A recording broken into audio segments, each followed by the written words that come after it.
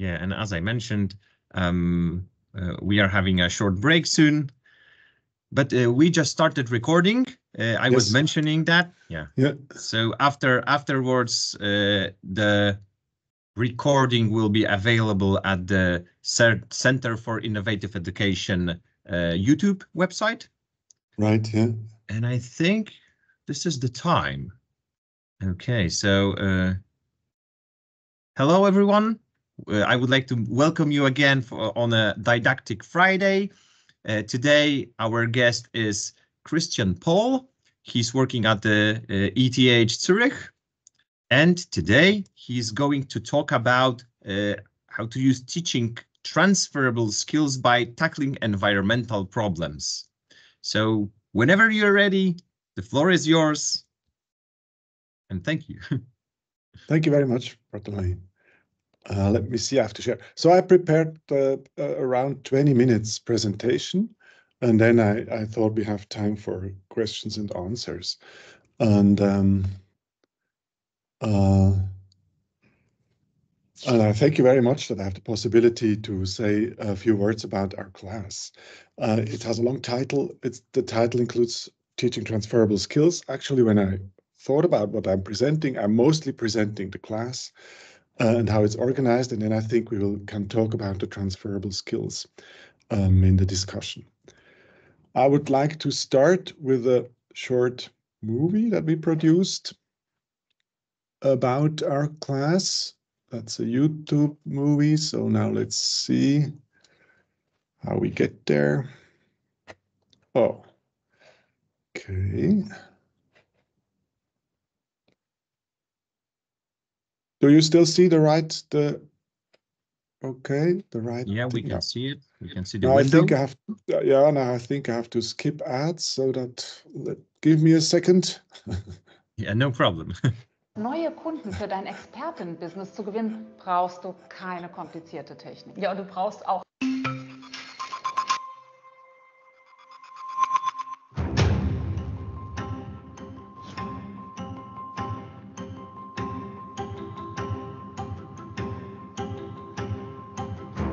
Wir untersuchen das Wassermanagement im Oberengadin, speziell in Bezug auf den Klimawandel. Im ersten Semester analysieren die Studierenden einen Teilaspekt des Themas. Sie lernen in Gruppen zusammenzuarbeiten und eine gegebene Fragestellung durch eigene Recherchen in einem wissenschaftlichen Bericht zu beantworten. Am Ende des ersten Semesters stellen die Studentinnen mit Präsentationen und Rollenspielen ihre Erkenntnisse vor Stakeholdern vor. In der Synthesewoche werden die Gruppen neu zusammengesetzt. Nun ist jeder Student und jede Studentin Expertin des im ersten Semester bearbeiteten Teilaspekts.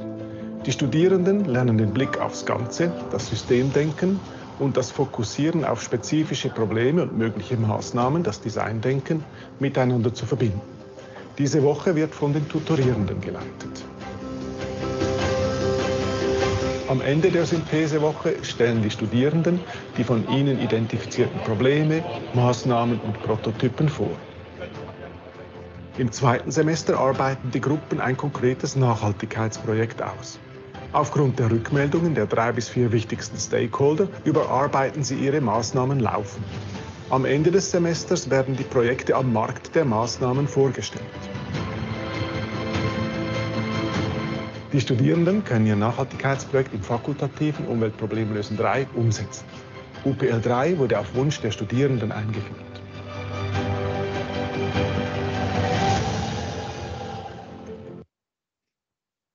So. That was the short movie. I should have said that it's in German, but it had English subtitles, so I hope you got some of the background information. But I'll basically go again through the class now, and I have some English slides where they were German before. So this is a bachelor class in the first year of the Bachelor of Environmental Sciences. These are students that are coming from the high school or from the gymnasium, and then they enter ETH, and the first week they also have, besides math and physics, chemistry, also this class. From the first week, they have to work collaborating groups and do self-organized teaching. It is a 10 ECTS class. That means it's really important. It's mandatory, and it is part of, in the first year at ETH, we have an examination that students have to pass to be allowed to further be at ETH. So all can enter ETH, but they have to pass the examination at the end of the year. And UPL, our class, counts as much as chemistry and physics for this in this grading process. So that means that some of the students can balance their chemistry or physics grades with the grades they get in UPL, or the other way around. We change the topic every year.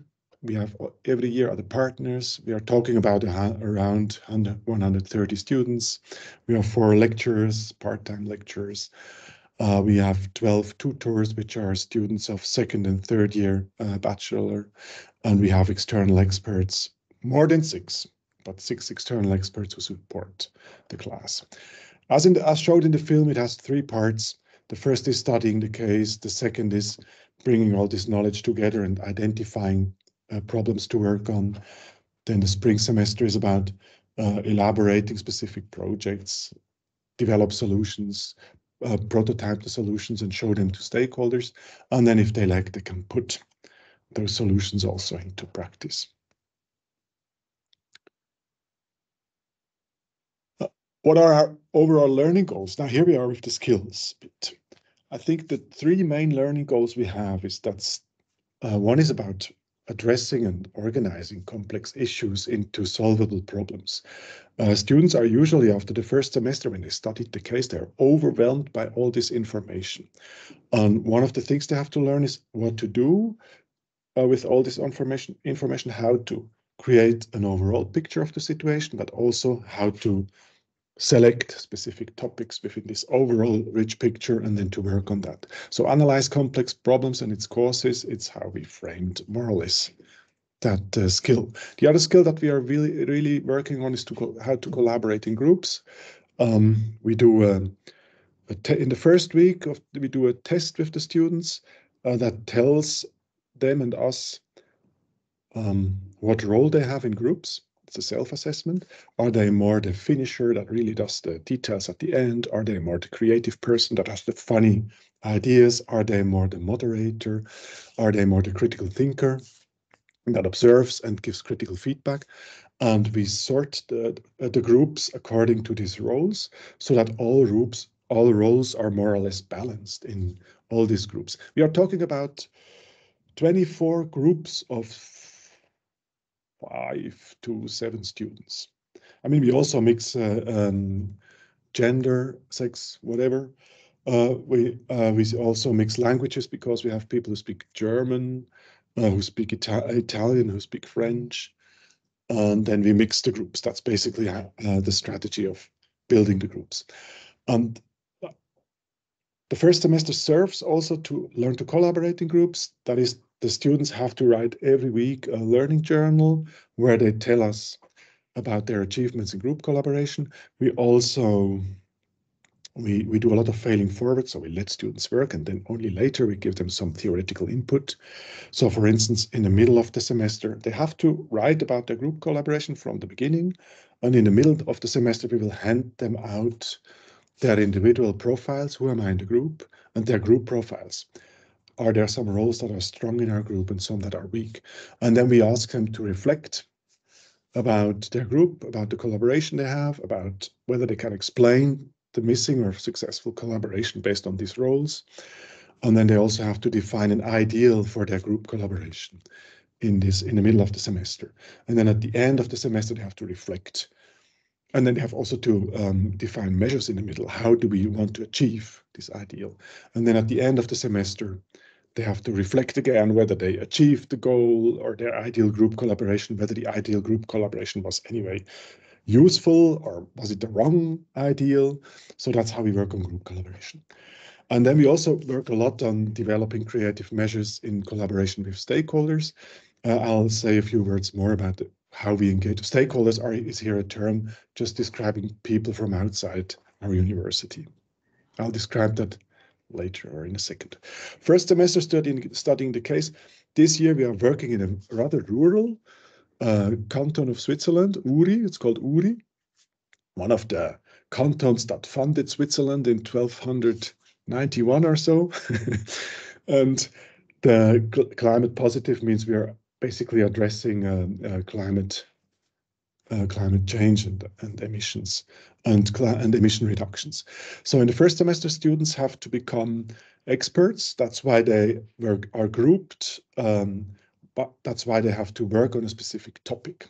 And here topics are like mobility, energy, tourism, mountains, finances and consumptions and communities. Those topics, in this case, our partner from outside academia are some people of the canton of Uri. And one of the first steps we do is to define those topics together with our external partners. The question then is, okay, what do students have to know in order to be able to develop solutions on the topic of climate positive canton Uri? And then we have also experts for all the first semester, then students doing groups and analysis of one of those topics. And they also, first we thought we can use experts from our university for those topics, but we quickly realized that all the knowledge is in the heads of the experts of the canton Uri. A lot about the energy in the canton Uri, about tourism is local knowledge that is not in the Web of Science. So we had to include, for all this analysis, we include an external expert who consults the students, who gives them important material, and who also grades the report. And then in the middle of the semester, after the first semester, we have this 1 week intensive week that is led by our tutors. And here, this is like the central methodological piece of UPL. It's how we combine system and design thinking. On the top, you see steps of system thinking, and on the bottom, you see steps of design thinking. And for us, it's really important that we don't lose any of those, that we always try to keep somehow the system and how everything is connected, or some parts of the reality are connected, that we keep that somehow in the loop. And the bottom line is, but we also should keep the stakeholders, those who are concerned by a solution, their interests, whether they will support it or not, in our thinking of problem solving. That's why we have this design thinking and the system thinking part. And it basically, I mean, really rapidly, it says students first have to get an overview. That means they draw together a rich picture, bringing all the analysis they did in the first semester together. Then they have to focus design thinking. In that picture, they have to say, oh, we would like to look at aspect X. In that case, it was managing rivers in an area of Switzerland, and they have problems with the rivers are too fast. So students thought, okay, we should use beavers to build dams so that the river will not run off so fast, so that we can a bit fight drought in summer. And so once they had this beaver idea, they said, they thought about, okay, who then is who has to change his practices when the beaver comes? And then they identified landowners who have to give land that is then flooded. They identified Pro Natura, which is an NGO that fights for the beaver. They want to have beavers. And then they also identified car drivers who don't want to crash with beavers. And once they had that, then that's number 5 at the top. They then started to build a system model around the needs of those stakeholders. The needs are, I think, the green ones. System model, and then they build the whole system, and then they think about where are leverage points in this system, where we can change the system in that direction, more beavers and less beaver crashes, or whatever the goal then is. And then once they have these measures, they put them into the model to see whether they really serve the goal. Now, our students always have to come with at least, or they have to come with 2 measures, because we want to not make them think that the problem can be solved by 1 measure. we always want to make them become system thinkers. So they should always think, okay, I could do this here in the system and that there in the system. And then that's why we have the model. Then they have to be critical whether those measures will not, whether these measures will hinder or help each other. In principle, they have to look for measures that are synergetic, that have a more effect together than one individual alone. And in this case, the measures they had at the end was they wanted to plant a plant up the river that the smell of which the beaver loves, and so he would run up the river. And the other was that they had this traffic sign to make car drivers aware of beaver crossings. So that's, I mean, that's like to show you how our method, but also give an example, and it also gives you an insight of how specific and little the problems are our students are working on. But I mean, I think that's perfectly okay. It's the first year of the bachelor. I'm really happy if they really do something very specific and concrete. And that's kind of the theory behind. Yeah. And we also teach them always that this is a very iterative process where you have to go back and forth again, and that they start to forget about linear approaches, which are not helpful in such an interactive setting. At the end of the second semester, students then present the measures that they produced to us teachers, to the people from the area that were in our advisory board, to the experts that helped them, but also to all kind of people they meet and interview in the second semester. It's not, I mean, usually it's only 20 to 30 people from outside or from the area that are visiting these final exhibitions, but we still take the effort, and we also always do these final exhibitions in the area. So we go to the place that we studied and investigated. What comes out at the end, I mean, we have our web page that the tutors produce where we have just information on all the different cases. What usually comes out is a case dossier. So from the analysis of the first semester, the tutors then write a condensed text, which just describes the case area in all the aspects. We analyzed it. But I think what is much more interesting is this brochure of measures, and that's also usually the selling argument to our stakeholders. We tell them, look, you get a bunch of approximately 40 ideas of what you could change in your area. And this brochure of measures, I mean, we asked the students to make it a 2-page fact sheet for every measure they produce. And this is basically just a collection of all those fact sheets. Then we have, as I said, the third environmental problem solving the third semester, which is +3 extra credits, where the students that want to can really implement the measures, because there is still a huge way from having very specific ideas of what to do, the beaver and the beaver crossing and the smelling plants, until this is really implemented at place X, Y, or Z. This is still a huge process. And that's why we give them another semester time to do that. And here you see some cases. At the left, this is a letter to the Swiss Governmental Agency of Environment. Here in that case, it was also about river restoration. Students realized that there is the rivers are restorated, but that there is an invasive species that really grows all over the rematurated areas. And then they realized that if you want to fight that species, then it has to go into the appendix of the respective law. And so they asked, together with WWF and Pro Natura, two NGOs, they wrote a letter to the agency, the federal agency, couldn't you include it into the law? And then the federal agency said no, because we are currently reorganizing the law. But in the new law, it's now that this plant is really included. I mean, that's a huge success. Think of you as a student in the first year. Some of them also think that the problem is mutual understanding. That's here in the top, bottom middle. Mutual understanding of stakeholder groups. In this case, it's about wolves in the Alps. How to deal with wolves and sheep and farmers and NGOs in the Alps.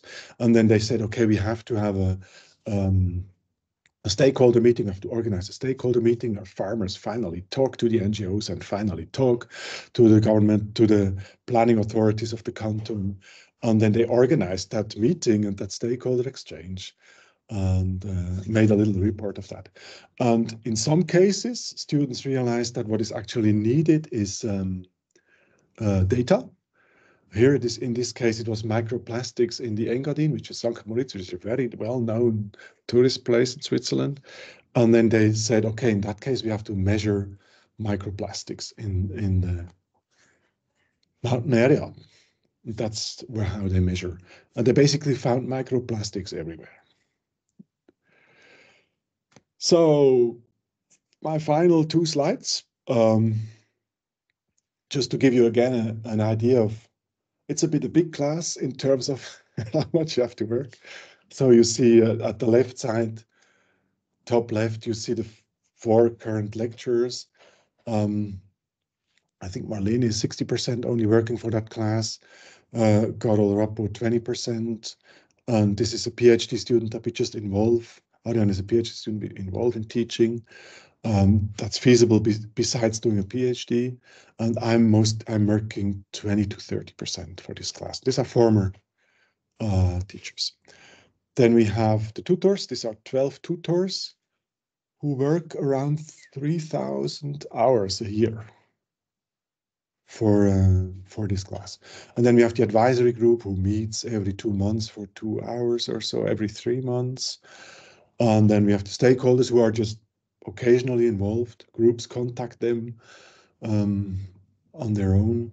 And then we have apparently the students who work quite a lot for this class. We sometimes have a bit the problem that we have to tell them you shouldn't work more than 8 hours or 10 hours a week, because you have also to do math and physics. What we are proud of, certainly the stakeholder engagement and the participation that we, of all levels of stakeholders, that we teach students in, but also that we reproduce in our classes. I think we are also proud of the way we teach them or give them space to learn how to collaborate in groups, but also how to do and have always this process of doing things and then critically reflecting about it, and about the way we link systems and design thinking. With that, that was my presentation. Now I have tons of links that would beam me to other parts of the presentation in case you want to know more about those blue topics.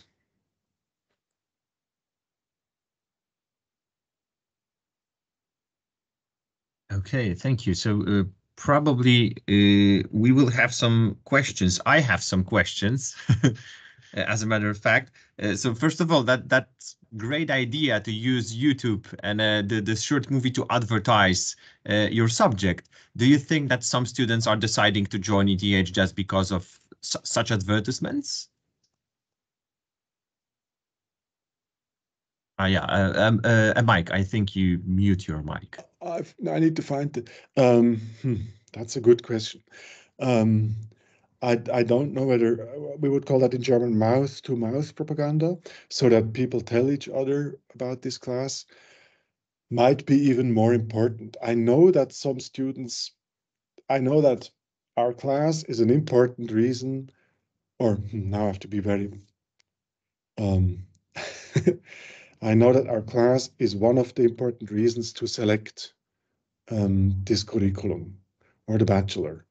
I don't know how, I'm not sure how much or how important the movie is, but the class is also used in other advertisement events of our curriculum. It's usually given as an example of what classes we have.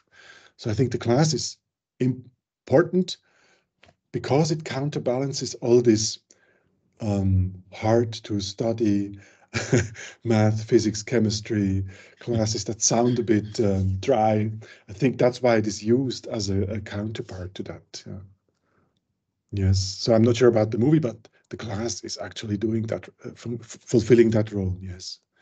Yeah. Okay, I understand. Actually, we have some questions from the audience, so I will take the opportunity to write those. So could you please show the last slide with the contact data, because some people are interested. And while the other question is, please just develop how to combine systems and design thinking. Yes. You were mentioning about that. Right. I think can I quickly go back to the slide that I have? Not sure, even if you have to go back to the slide, then you can go back to this one. So I think it shouldn't be a problem. Right. So I think for us, now I have to say 2 or 3 words about our curriculum, or this. I mean, we are part of the curriculum of environmental sciences, and this is at the Department of Environmental System Science. So system is a very key term of our department and also of our education. I think students that go to our curriculum and don't think and are not system thinkers, there really something went wrong, because in very, very many classes on different ways they learn about system thinking. And we are kind of a natural science-based, bit of social science system environmental department. So I think what we are not good in, and we are really good in getting the whole picture and then giving kind of rather general ideas of how problems could be addressed from this systemic perspective. I think what our department is not so strong is the design thinking, engineering thinking that rather starts from, I don't know, from a well or not so well-defined problem, and then the students and the teachers are really good and then coming up with feasible and financiable and politically acceptable solutions. And that's why we included the design thinking. So, but the design thinking, and we had Bin Pierce, that's her name here. She was just coming from Stanford and had the first Stanford D class about design thinking. She was full of these ideas, and she brought all that knowledge into our class. So the design thinking usually is not systemic. Usually the design thinking looks at one customer and then the need of the customer, and then how it can fulfill, or what product it can construct and sell to this customer so that the need is satisfied. It's very one-dimensional, right? So we thought that it's super important to combine this systemic view, always getting the whole picture, but also to include the level of the stakeholders and their needs and the people that have to live the solutions we suggest. So we made design thinking more complex by saying it's not about one specific stakeholder, it's about the 2 or 3 or 4 most important ones. And we said the important ones are those who are affected by the solution you will suggest. So who win something, who lose something, who have to change their habits, or who will try to hinder any change in this area. So it's like power is coming in, right? I'm not sure power is usually in the design thinking. Power, who has the power to change the system and who do you have to get as your supporter? So I think we made it more complex by saying, okay, let's take the 3 to 4, and now we have to work with all those different needs. We have to find solutions that fulfill as much of those needs as possible. That's how we changed. One of the changes we made with one of the 2 changes.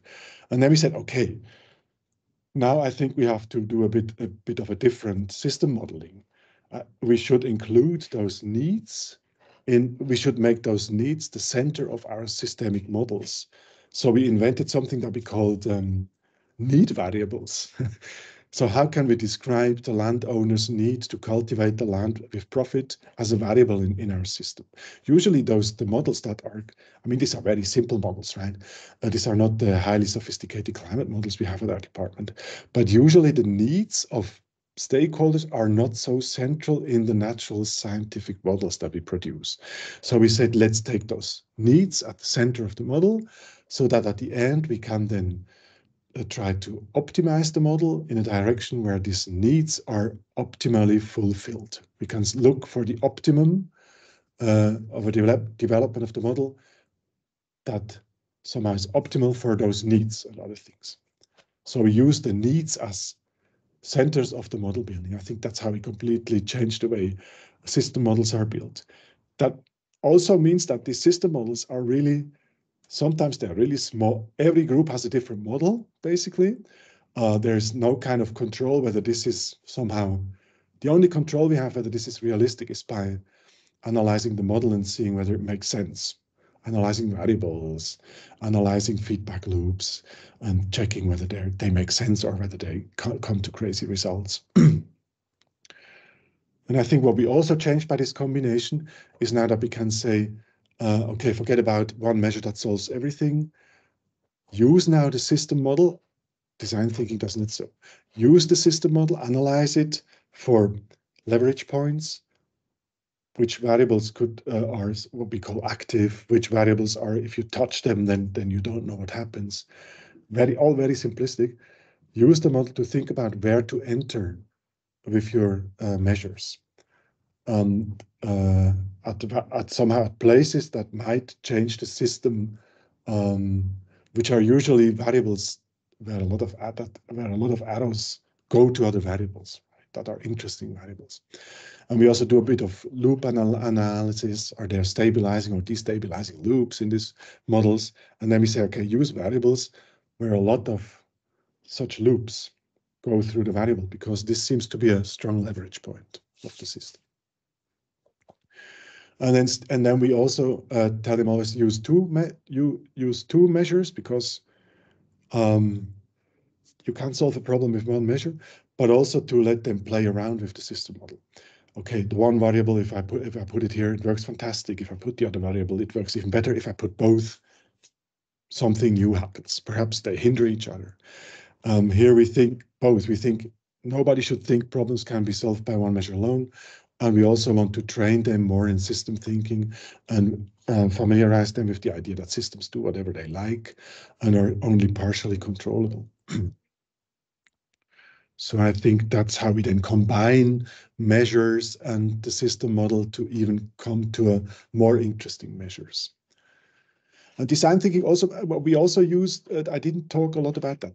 The prototyping is so important that once the students have their measures, they really have to build prototypes. They have to say, okay, the plant looks like this. The signal looks like this. And then they have, with those, that's now stakeholder involvement, they have to go to the stakeholders that they identified in step 3 and to ask them, okay, what do you think about this measure? They make really tests, right? And if the stakeholder says, well, this is completely useless, then this is a sign that they didn't understand the need of this person correctly. So they have to go back to the needs and everything.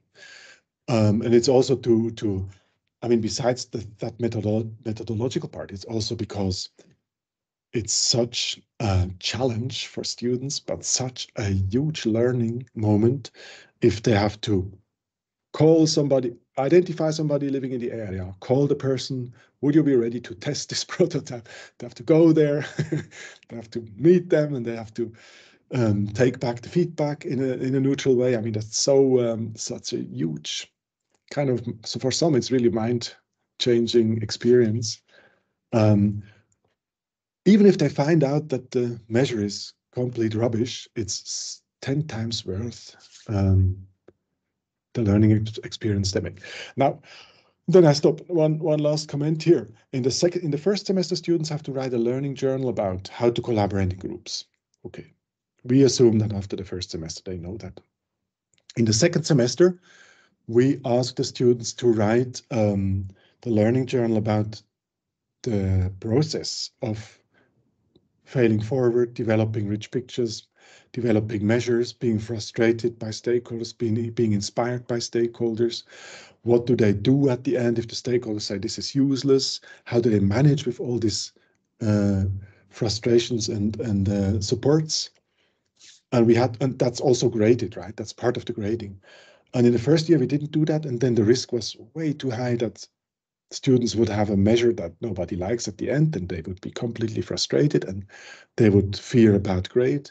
So we said, for us, the learning process that you run through is as important as the final result. And we will grade the learning process and how you behave to make failing, to make failing forward not a risk for the grades. Yes. Long answer. I hope that was what you asked. Yeah, I think so. That's possible. I also wanted to ask about those stakeholders. Maybe I didn't catch that. So my question is, are you as a teachers actively searching for some specific stakeholders, or this is just the tasks of your students? Yeah, a microphone. Thank you. Both. So I think in the this is again the whole year, right? I think first it's us. We have to, we start basically, let's say, 8 months before the new class starts. We, the lecturers, start to find main partners in the area. And so in January, when this class starts in September, January, March, I get already, and January, February, I get already nervous and say, Marlene, we have to find somebody. And then together with that's not an intensive process, but it's a slow process. And then we usually look for one specific, our main partner. And then together here, it's a mayor from Pontresina, which is one of the communities in the Engadin. And then with those partners, we build a small advisory board. And in this advisory board, we always want to have an NGO, somebody from industry, somebody from a governmental agency, and also somebody from research. Because we can't, I'm not the climate scientist. I'm the organizer of this process in such a, so I didn't need somebody from research.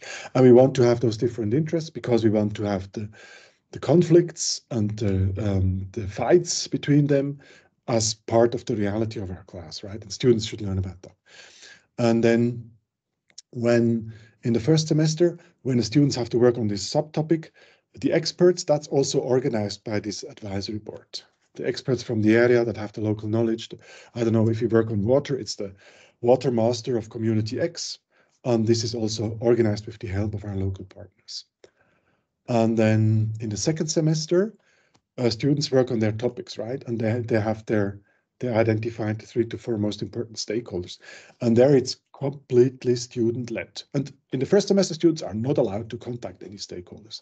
In the second semester, we say, now it's allowed, but always one student has to be the contact point for one stakeholder. So a huge Excel list somewhere, and then students take responsibility for one stakeholder, and then all the questions go through this channel.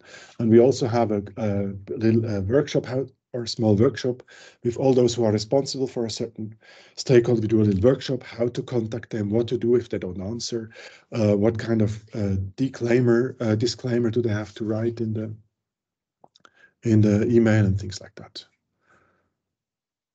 I think that's it. And I think the contact, we are in close collaboration with, let's say, 6 people in the advisory board, 6 experts. And then, as it says here, and over the second semester, students contact around 150 to 200. It's even more students. Now, I forgot.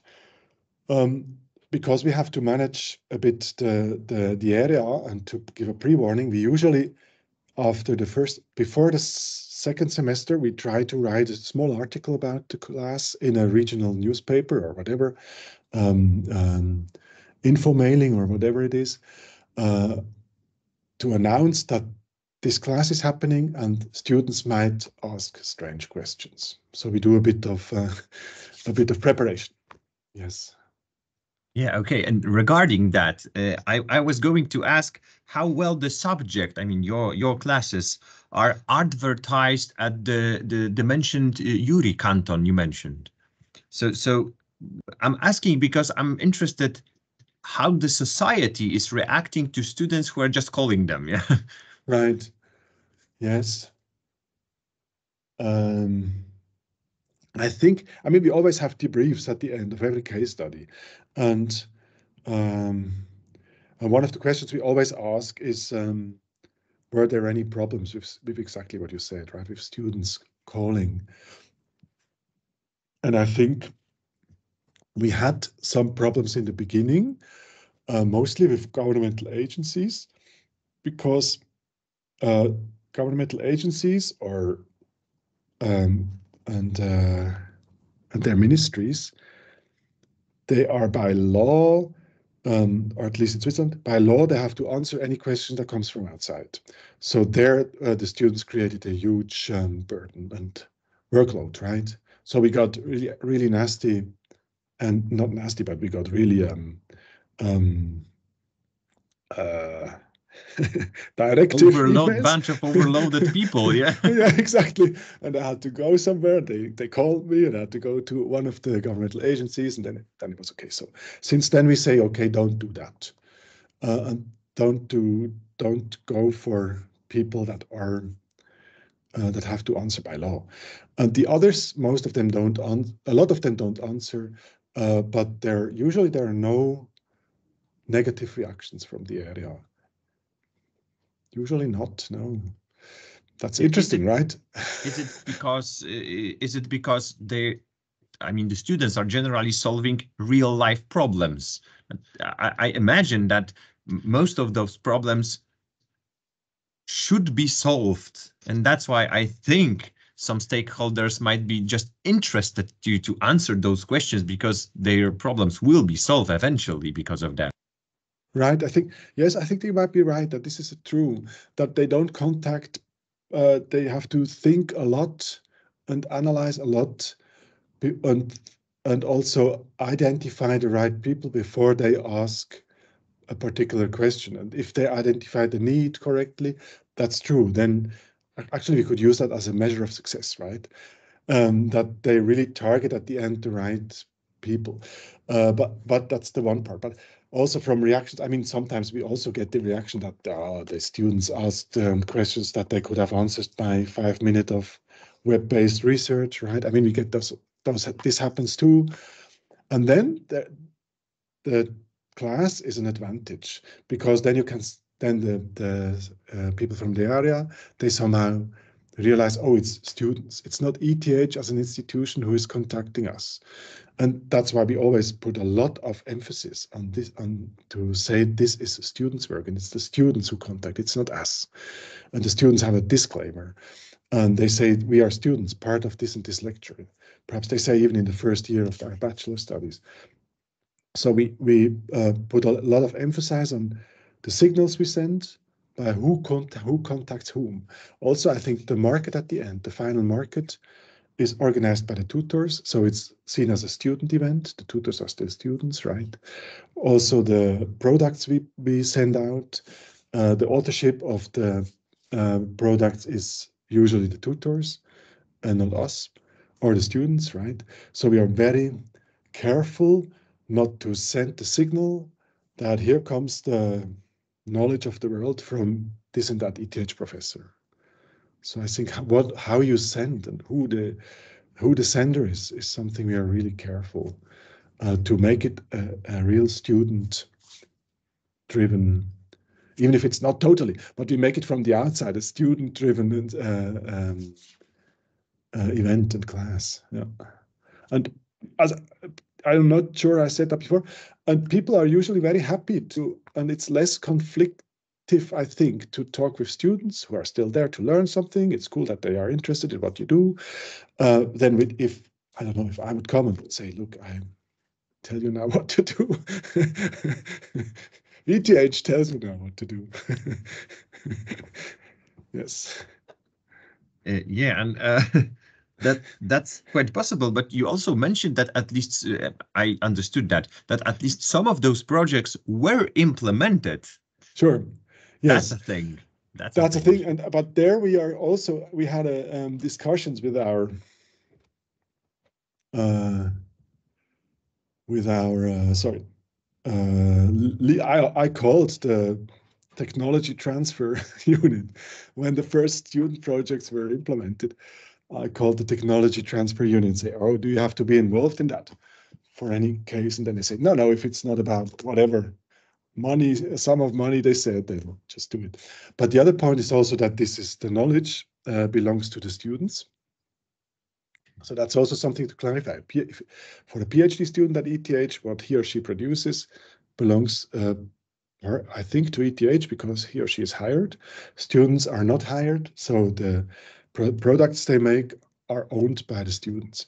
And so for this is always very interesting because that means in the third semester, if there has to be a contract has to be written between the practice partner and the students, then it's the practice partner and the students. I mean, we help them, but they're kind of really also in the third semester really in charge of doing this. That's also kind of a cool event or a cool learning space for the students. But yes, I would say every year, perhaps about 10% of the projects are really implemented. I mean, quite a lot of the students, they really had enough of this group work because it's really intense and it's emotionally very intensive.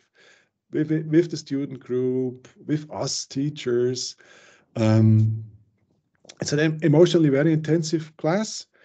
And then they think, this is enough. I want to go back to my study place. I want to study physics or whatever on my own. And then others are really have good ideas, have a good second semester, have responsive stakeholders, and then they implement cool things. Yeah. Okay, I can see that Małgosia is here, so probably she would like to ask some questions, so feel free. Yes, I actually have 4 questions. 3 are regarding the process, the design process, and 1 is a kind of technical one. So I will try to group the questions and maybe ask them one by one. So for me, it's quite interesting about the schedule. So because the students are working on different issues, these different problems, and they have like coaches who is helping to organize the process. So is the schedule the same for each group, or it can be adapted to the needs of the groups? Because maybe some of them need to spend more time on measure, some of them maybe needs to more time on research, or they have stages they have to report something. How is it organized with so many groups and students? Thank you very much. I didn't say anything about the schedule. My fault. So we have the class is always 1 day a week, usually, I don't know, from 10 to 4 or something. So they know we have this time where we can work for UPL. And then I assume we have over the whole year, perhaps 10 inputs of 2 hours that are like in the plenary. And we target them really. So if we think, oh, now I think they're starting writing the report, week 8 or so, then we do an input on how to write a scientific report, how to cite. So not a lot of input, right? And then the tutors, that's the first semester. The tutors are usually around to answer questions, always if groups work. And then the tutors bring questions back to us, and we have a debriefing, and we discuss what is the actual correct answer.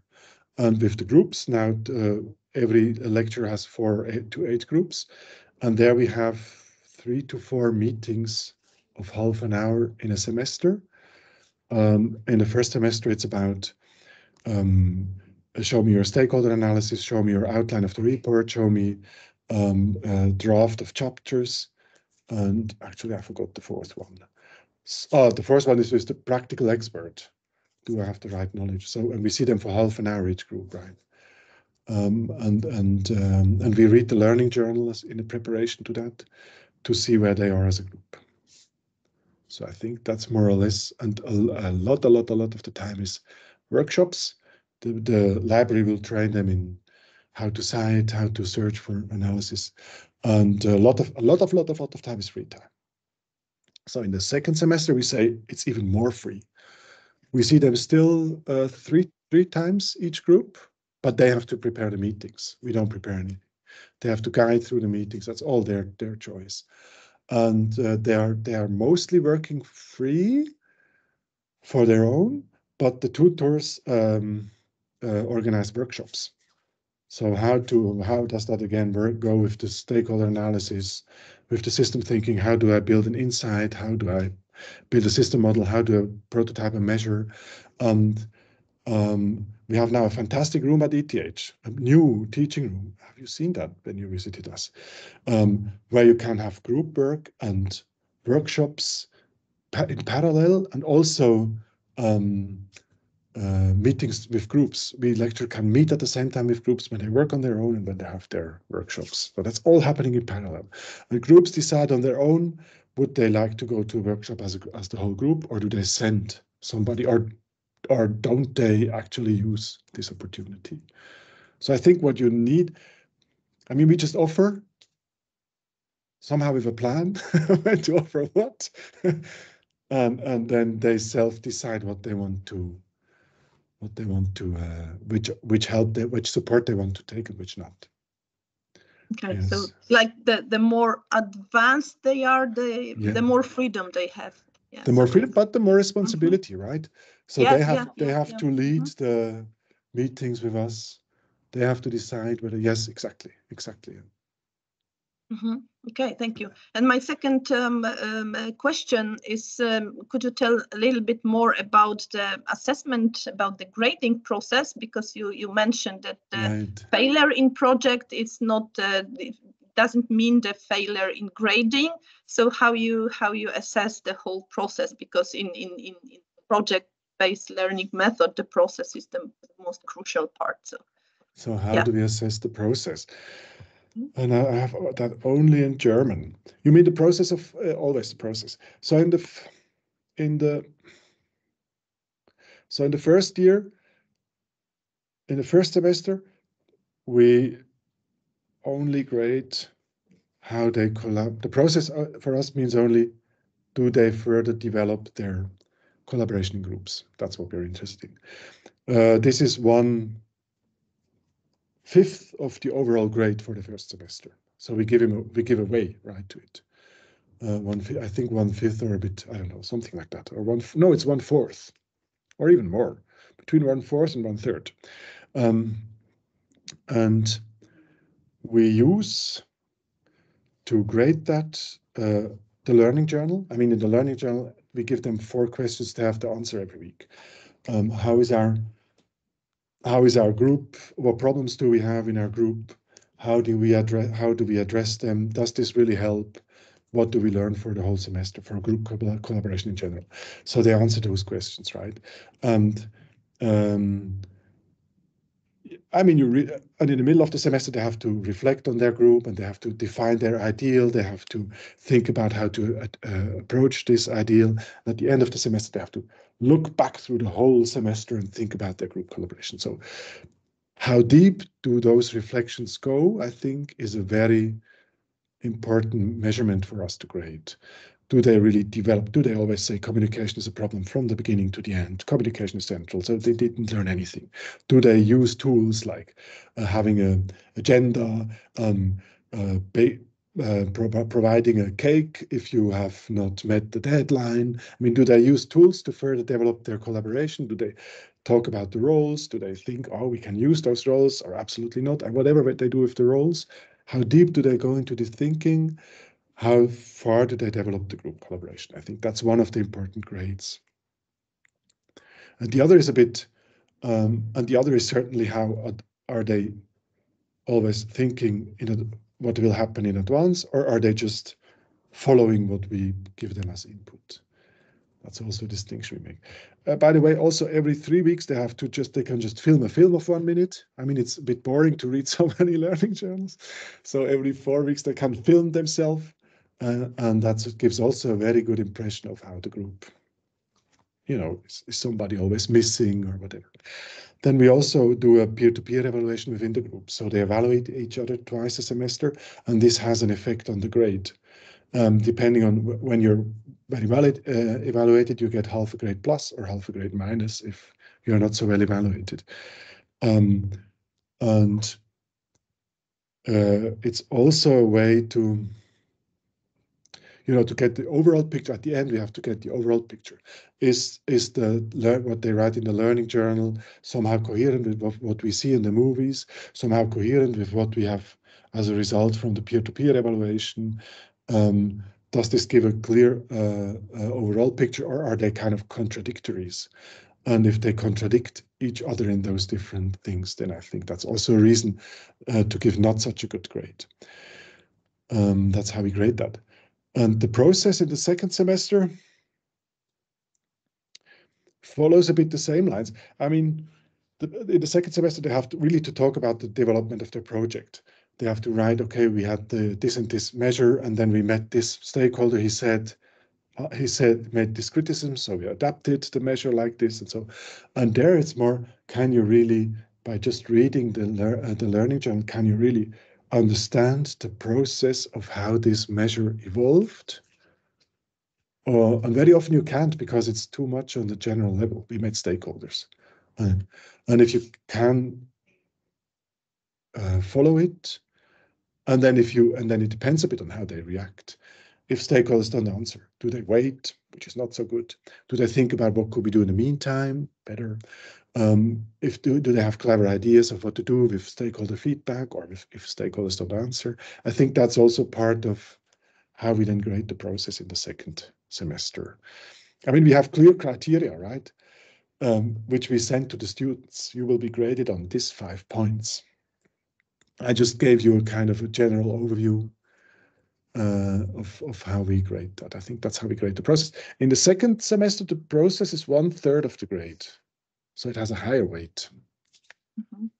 Yeah, it's always hard how to find the criteria and to be fair against students' work, because for us it's really difficult to really measure what they gave us and how hard they worked. So I will always have some feeling that I'm not fair enough in my grading, in my assessing. So I'm always looking the ways how to do this. So thank you for this answer. But it means that we need really many criteria to do this. I can send you the criteria that are just in German. Yes, it's okay. I understand German. It's fine. This would be very useful for me. If you could share it with me, I would really appreciate that. Yes, thank you. So maybe now the technical question, because here we still have this slide with many links. Is it possible that you send the presentation that we can use the links and also Sure. Okay. So thank you. And my last question also it's about the process, but also the roles of the students, because at the beginning of your speech you mentioned about the group roles the students play, and then so what would be their responsibility and their role. So how do you diagnose the team roles they can play? Do you use some tools, or maybe what's your way to find it out? So for the roles, we have a kind of a test that they fill in, which then tells you where you're strong and where you're not so strong. Right?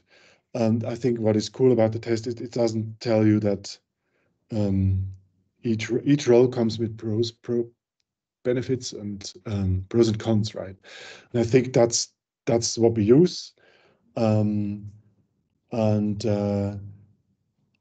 But I think we are also kind of not overdoing it. I mean, we use the roles, as I said, to build the groups, and that's the reason is fairness.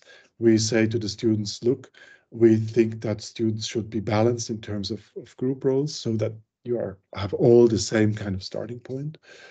But then we just let them work. They have filled in this test. They know that the groups are built, and then we let them work. And only in the middle of the semester, we give them the results back of the tools and the results of their roles. And I think, and then we make them reflect, right? And I think we always say, look, this is test results of your self-perception on day X. And please look at it in that way. And I think the students do that quite good. I think in the first years, they thought, if I don't fulfill my role, then I fail somehow grading or so. And now they know that these rules are just a mirror.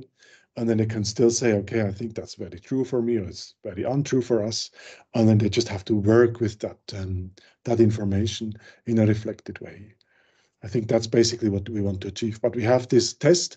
I don't think I can just send you this test. But we have the test that just says, who am I? Yeah, we have also some such kind of tests. I was eager whether you are really diagnosing using the tests, or is it only like a self-reflection or something like that? So we don't use it further than that. We just use it for to build the groups, and then as the results for a self-reflection. Yes, not further. Yeah. Okay. Thank you very much. So these were my questions, and thank you once again for your great presentation. Thank you. Yeah, helps me a lot in shall I developing also my teacher skills. So good. Thank you. Shall I stop sharing? I mean, or as you wish. As a matter of fact, there are more people who are interested in those links. So how would you like to do that? Would you like them to write to you, and then you will share those things which are shareable? Yes, I can. Yeah. Okay. No, I can send you, as I said, I can send you the presentation. Yes. Okay, that's cool. So probably some people will be interested, right, because cool. they are at the chat. And regarding the language, you mentioned that this is in German. For some people this is not a problem. But the question was, what was the leading language during such classes? You mentioned that those people, some of them are speaking Italian, French, German, and English. But is there any leading language? Yes, there is. Actually, in Switzerland, it's always the kind of local language that's leading, and in Zurich, that's German. I mean, it's Swiss German, but officially at the school we speak Hochdeutsch, High German, or we try to. And so students who come from the Italian part or from the French part of Switzerland, they know that they have to do the bachelor. It's always the bachelor in German, and officially, it's not allowed to have classes in English in the bachelor, but some classes are still in English. But the official language is German. We use German, and the official language of the stakeholders is usually a specific dialect of Swiss German.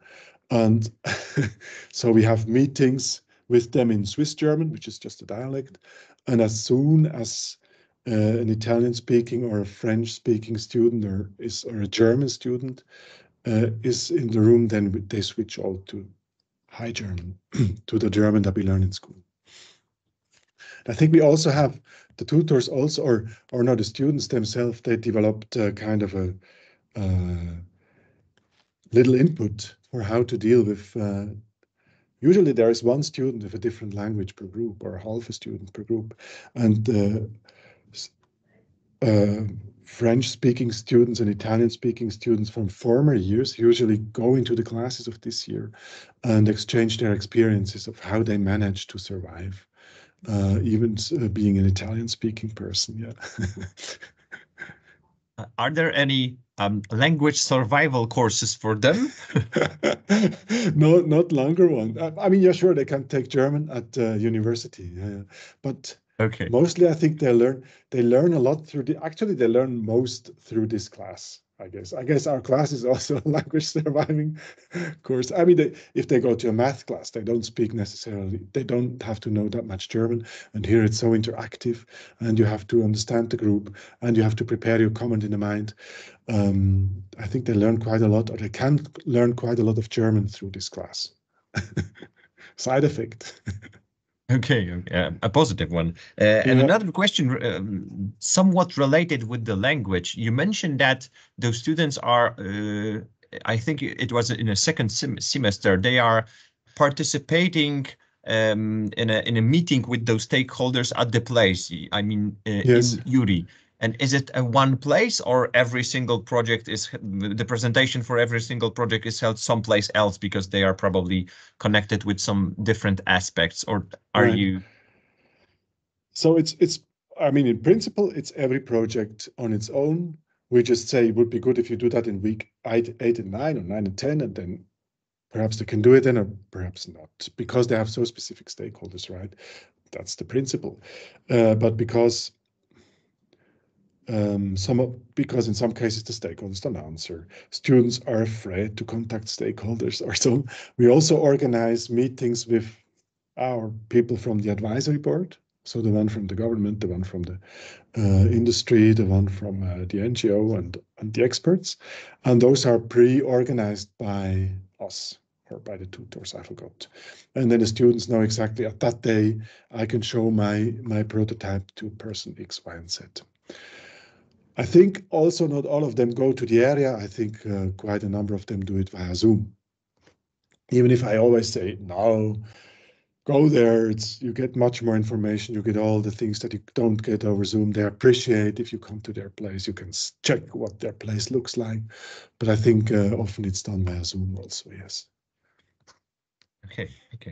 And I have a last set of questions. So if someone would like to ask any others, just feel free to go on chat or show yourself. It's not a problem. I have questions regarding those tutors. You mentioned that you have 12 tutors, and they are responsible for every single group, I guess. Or is it just one tutor have several groups? So that's we had a very clear structure, but that changes now because we have this new teaching room, which is a very interesting development. In the first semester, it's very clear that always two students, always two tutors. These are tutors. Always two tutors have the responsibility for 4 groups, one topic, right? And this is also because... So they are working in pairs. They are working in pairs, very important. And the pairs are always, because it's really, tutors are second year and third year bachelor. So they have the class, the next year they are tutors. It's like super. And okay. So and are they cooperating with you for several semesters, or this is just a one semester job? No, it's always 2 semesters. I mean, you have to subscribe for 2 semesters. Okay, can you for subscribe 2 years, for 4? Sorry, you have to subscribe for 2 years. 2 years, okay, yeah. Okay. If you are a tutor, then you are a tutor for 2 years. And that means that we always have in this cohort 6 tutors who are in the 3rd year, have done it once already. And then we have new tutors, and then we build pairs, and then they self-educate. Okay. That's but reasonable. That's reasonable. It makes a lot of sense. It makes a lot of fun. And we have, let's say, weekly meetings with the tutors. We have mostly meetings with the tutors. Weekly meetings of 1 hour where we just discuss problems or try to find common ground, because tutors and we sometimes don't give the same advice to the students. And then we have a weekend in late fall where we really prepare the intensive week that they teach. And for this week we have a script. We have for every day a set of slides. We have a protocol, what has to be done when.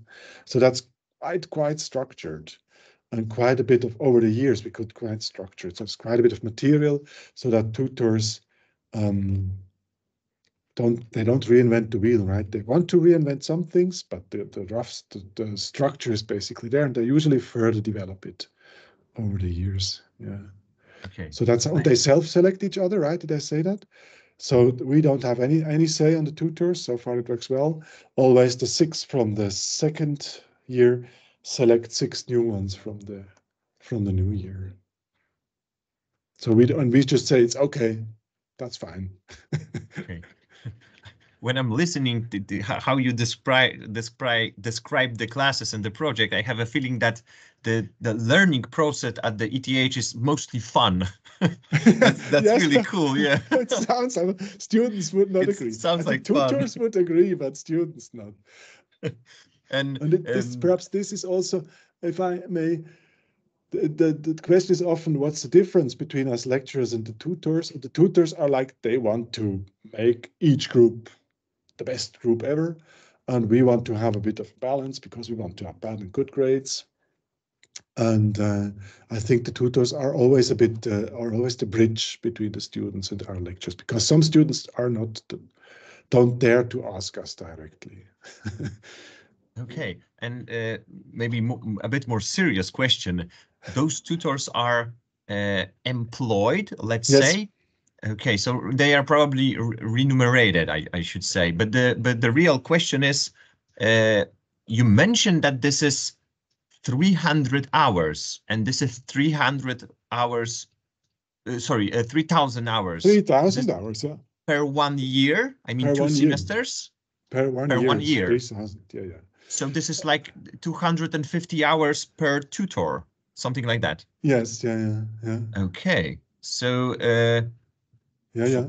For a scientist, I'm not sure if you're aware of that, but for a scientist in Poland, when we are doing didactics and science, this is like a full employment. Yes, that's a lot of work. That's a full employment. Exactly, that's a full employment. That would be one lecture, but these are 12 people. They can be at 12 different places in parallel. Okay. Yes, that's a full. I said it's an expensive course. That's true. Okay. That's a full lecture. Yes, I would say we have. Why this is so fun. Yes, that's why it's so fun. I would say that's one. The tutors alone are one full position, and the lectures together are for perhaps 120 full-time equivalents. So it's two positions only for this class, which is like huge, right? Okay. Unbelievable. Yeah, that's true. And are there many people who are interested in being tutors? I mean, do you have to perform some talks before and choose just the most suitable persons? There used to be many, and this year there were only 5. So they had to look for a 6th one. We don't know why, but some of the tutors told us that students think they should also have some contacts outside ETH, that they shouldn't stay too long in the bubble. So they should not also work at ETH, but at some other places. But usually it's a very, students love to be tutors, but not this year. Okay. So perhaps things change. Usually they love to be it. Because it's a job, paid job.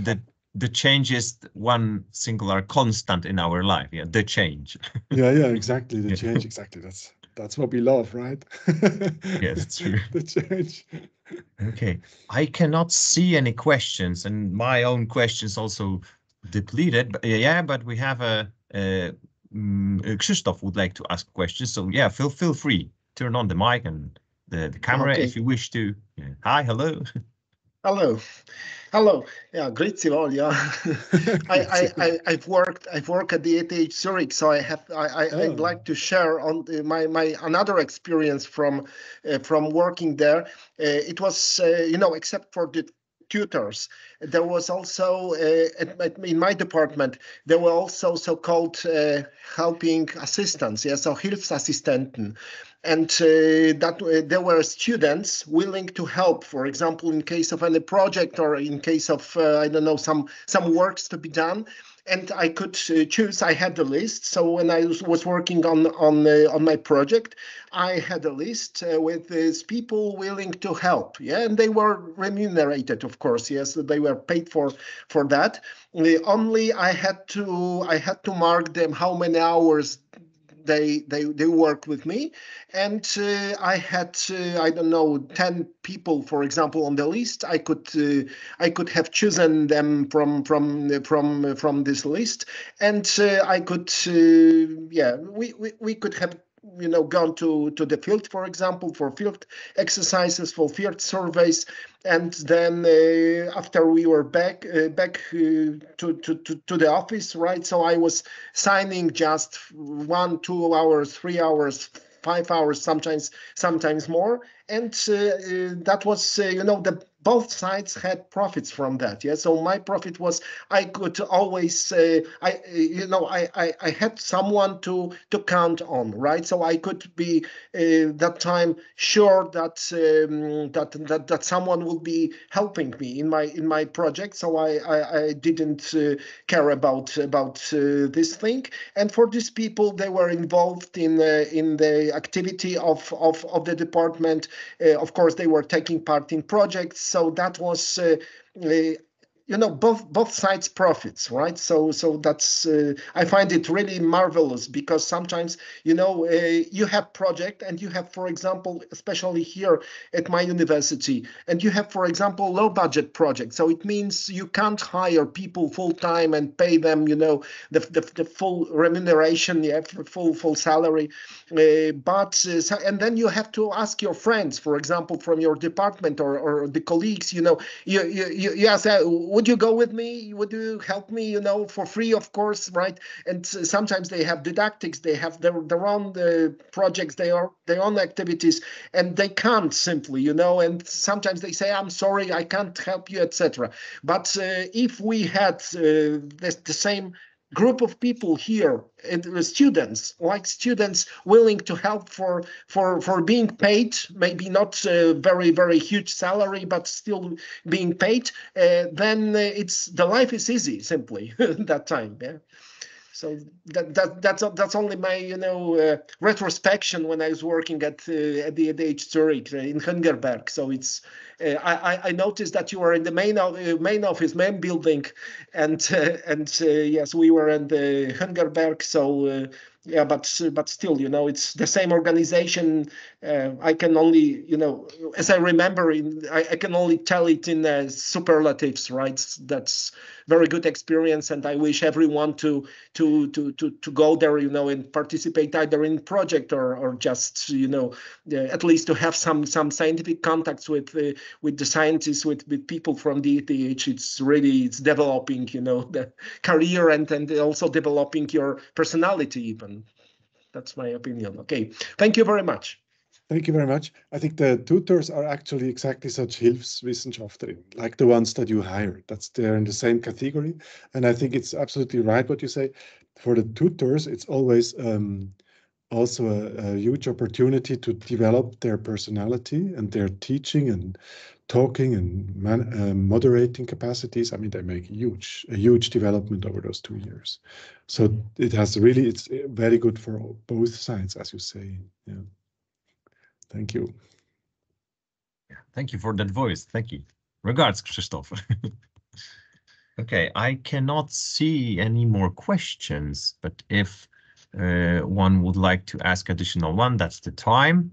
But if not, maybe Małgorzata like to ask another.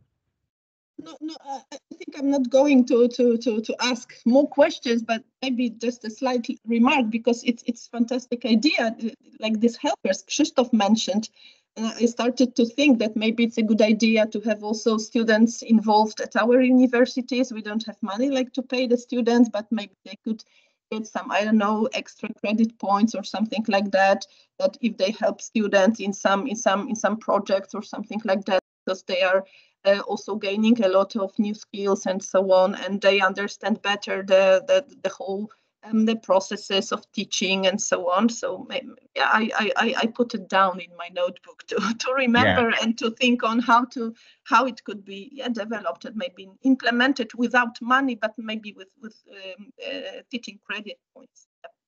As a matter of fact, the concept of students participating in the process of learning is quite popular, not only in Europe, not only across Europe.